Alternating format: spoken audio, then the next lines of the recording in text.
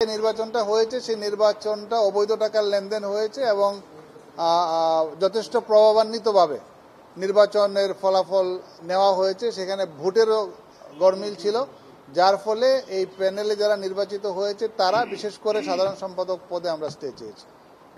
দেখেন, ইলেকশনের পরে অনেক কিছুই ঘটে। ইলেকশনের পরে ইনস্ট্যান্টলি সে হয়তো এটা করেছে, কোনো বিষয়গুলি দেখেছে, তখন দেখা গেছে যে এখানে অনেক ডিফলকেশন হয়েছে।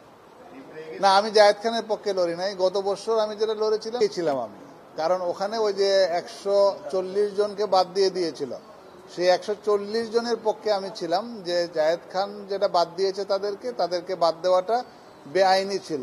সেইটা আমি রিড করে তাদের পক্ষে ছিলাম, যাতে তাদেরকে সদস্যপদ ফিরিয়ে দেওয়া হয়। এবার নিপুণের পক্ষে। নিপুণের এখানে মূল অভিযোগটা কি, এটা আগামীকালকেই বলি।